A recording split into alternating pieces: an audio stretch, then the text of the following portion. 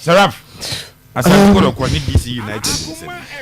I recall last year, whoever yes organization no, I'm going to take a second look at their modus operandi. Because medium, yes, the same issues. Yes. Medium could do Hona Nipani 14 players. And almost 11 starting game. Good thing is Black Stars. And it's Fatao joining now. Satan almost striker no. Jonathan. Yes, Ebabe joining. See, you cannot continually do this.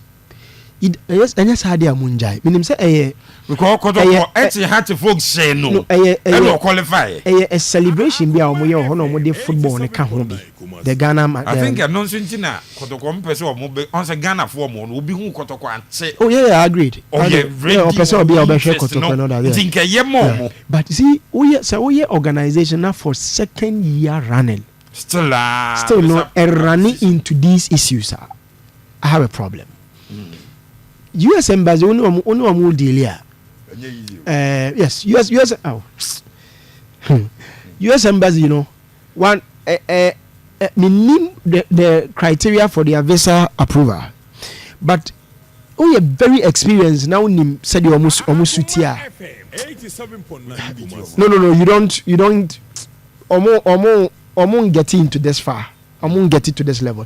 Again, I would have preferred. What me question I would have preferred. About 3 months. So I would have preferred that the Foreign Affairs Ministry rather no ebe frontiers way than tourism ministry. No, tourism. Forget about tourism. This is for me a more of diplomatic issue. It's a diplomacy issue. Yeah. And yet Minister of Foreign Affairs, Sports Ministry. Yes. Number the crowd. This is the contingent. I'm telling it to them. I was saying we also must. Yes, you more also respected the sovereignty of our nation than this embarrassment.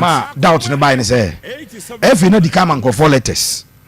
I'm on the nti Minister Stephen Bodi the media team no. So I realize they have done that. And I realize I'm Obi as leader of delegation. Eti Kotoko for present Minister Richard Akoto administrative manager as leader of delegation no. America for say yedi come Edmondaka as leader of delegation for this same game. Nti afa na akoye etu de opa Kotoko players no mo tutu kwan. Omo mo foreign players no mo etutu kwan. Obi anya ne yes. Entry tutu kwan wa ko Spain wa onya visa. Blair tutu kwan kakra onya visa. Visheba for tutu kwan akobo. Omo your first time nya. Omo nya doubt say and go forward be as media team. Let the be on Legon cities where the kind of twan omuko. And Steve one problem no eco free by say. Who do the other year? After na mama doubt players no crab say. One player was asked. Omo busa no get let him that. We are sure we player. What position by? Omo Kotoko. We are regular. But see, let's tell them something. I know, but what can you say? Say do bredia.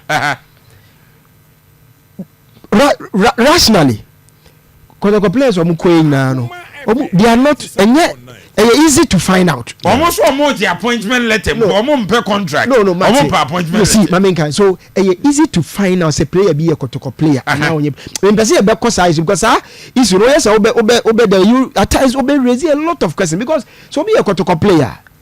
Easy to find out. No, yes, that is season. Be a new player. I feel the assigned. Yes, we be saying say I don't know about 3 months.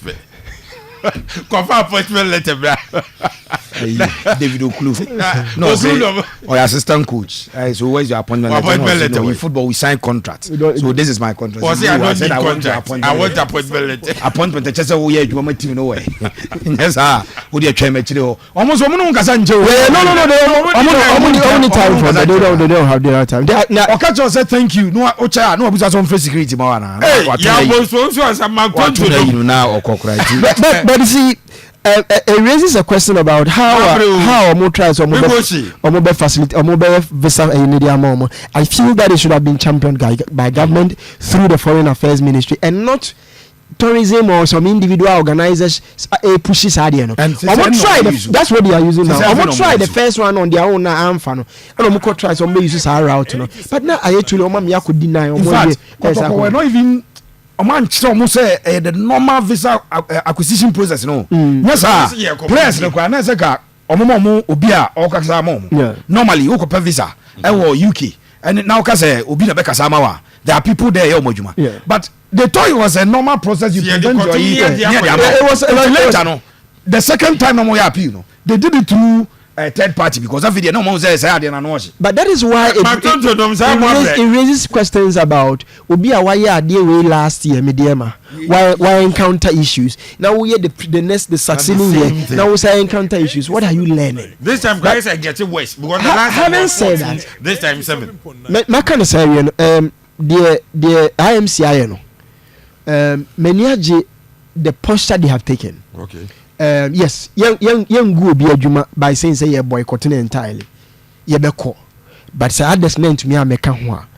Ye ma will be me fry say you dey bo as a boss some frefekobo bi wo hon. And that's a very good posture. But yes so omo amma organization ni nyina and coming to but say omo normally can dey players ni be edikan. Organizers should learn from this. Now, for me, going forward, these are things that I feel and say a ridiculous as a nation, a ridiculous. I mean, look at the caliber of club at Kotoko. Okay. Now Kotoko go through such embarrassing situation in terms of visa application for players or more the most decorated team ever had. I don't think that is a good, but this angle there, that's how they will be. But that's why also we use that approach, that diplomatic route now. And man, it's difficult to. But there are very lessons. I was here going forward. I don't expect such a deal with a. Okay. All right. Seraph, I expect to say a